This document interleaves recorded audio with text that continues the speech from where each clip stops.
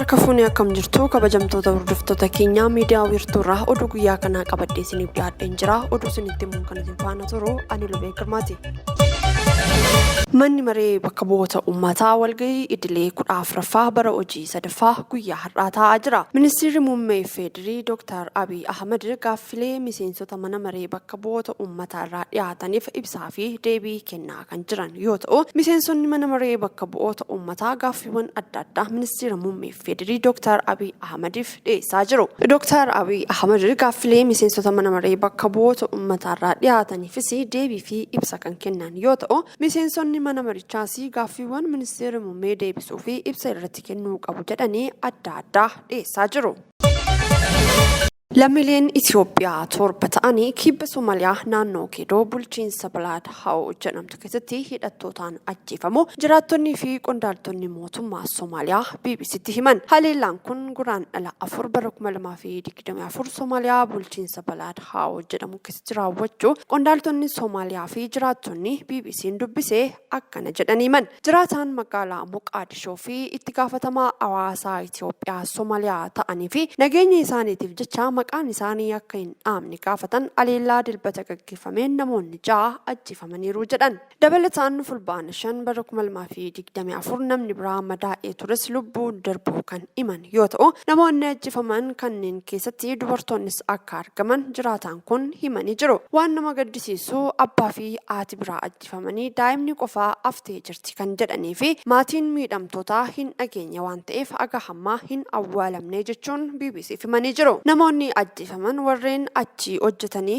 jiraatanidha jedhanii hakiimni hospitaala Balaad Haa'oo maqaan isaanii akka heeramu hin feene reenfi namoota 6 hospitaalichaa galuu fi lammiilee Itoophiyaa ta'uu BBC afaan Somaaliitti himanii jiru. Dabalataan ammoo namoonni biroo 6 madaa'uudhaan hospitaalicha galfamuu fi yaalamanii bahuu kan himan yoo ta'u, BBC afaan Somaalii akka gabaasetti haleellaa kana keessaa dubartiin Somaaliyaa tokkos ajjeefamtee jirti jedha. Bakki ajjeechaan kun itti raawwate Balaad Haa'oo daangaa Itoophiyaatti dhiyoo kan jirtu yoo ta'u, bakki ajjeechaan kun itti raawwate daangaa Somaaliyaa keessa ta'uu jiraataan kun himanii jiru. Akkaataan du'a isaanis mana irra deemuudhaan qawween kan ajjeefamanii fi garuu eenyu ajjeechaa kana raawwate kan jedhu qorachaa jiraachuu malee eenyu akka ta'e hin barres jedhamee jira. Ajjeechaan kun halkan naannoo sa'aatii 9 keessa kan raawwate yoo ta'u, qondaalli bulchiinsa Balaad Haa'oo Abdirashiid Abdii ajjeechaa hidhattoota Al-Shabaabitu raawwate jedhanii akka shakkan BBC'tti himaniiru. Lammiileen Itoophiyaa hedduun Somaaliyaa keessa kan jiraatan yoo ta'u, kanneen haleellaa kanaan ajjeefaman dhalattoota Oromoo ta'uu himuudhaan uummata biyyoota lameenii walitti buusuudhaaf yaadame yoo ta'e malee sababa itti ajjeechaan kun raawwate hin barree jedhan. Waa'ee ajjeechaa lammiilee isaa raga ilaalchisee mootummaan Itoophiyaa aga ammaa gabaasni kun qindaa'ee ibsa homaayyuu hin kennin jiras jedhameera.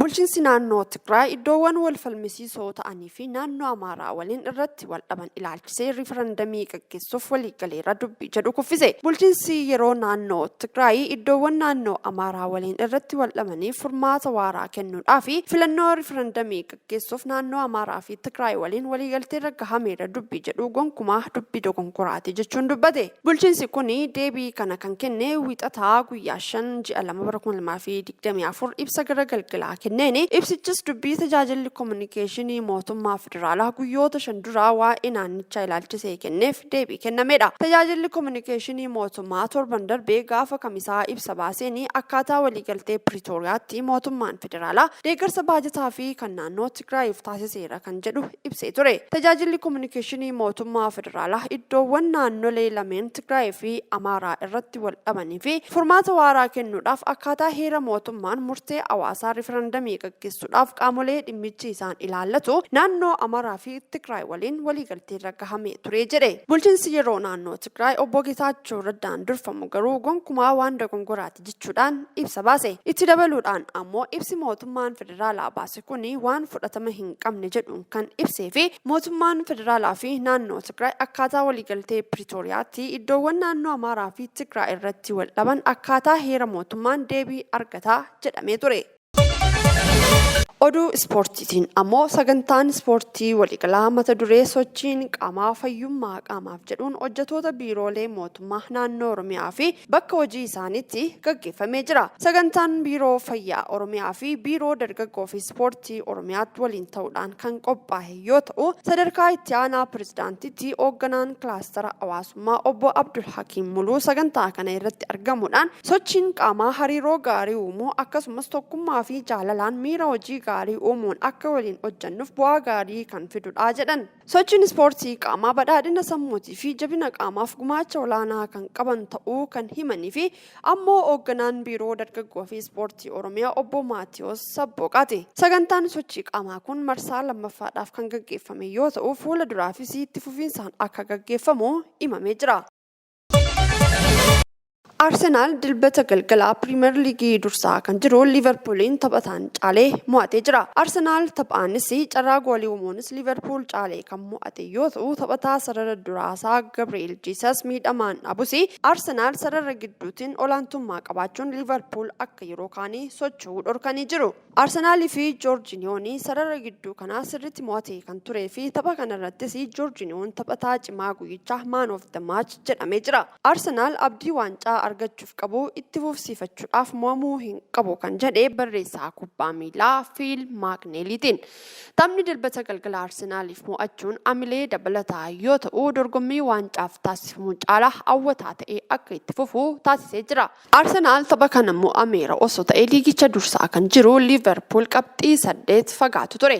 Mo'achuu isaanii hordofee garuu amma qabxiin Arsenaal caalamee jiru 2 qofatti dhiphatee kan jiru yoo ta'u, yeroo baay'ee Liiverpuul Arsenaaliif kilaba rakkisaa yoo ta'e iyyuu Arsenaal yeroo darbee dirree Liiverpuul irratti akka kaleessaa kana itti hin tolle ture.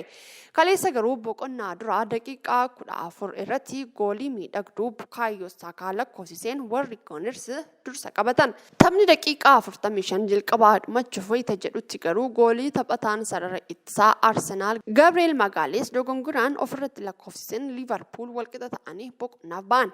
Boqonnaa booda garuu Arsenaal tapha bilchina qabuun goolii 2 dabalatanii 3-1 Liiverpuul adabanii jiru. Goolii boqonnaan booda Arsenaaliif kan lakkoofsisan Gabriel Maartinelii fi jijjiiramee kan galee Tiroosaard turan. Kan hordofaa turtan miidiyaa wiirtuurraa oduun guyyaa kanaaf qabannee dhiyaanne kana fakkaata. Yeroo gaariin waliin qabaattanii ulfaadhaa jechaa miidiyaa wiirtuurraa qophiilee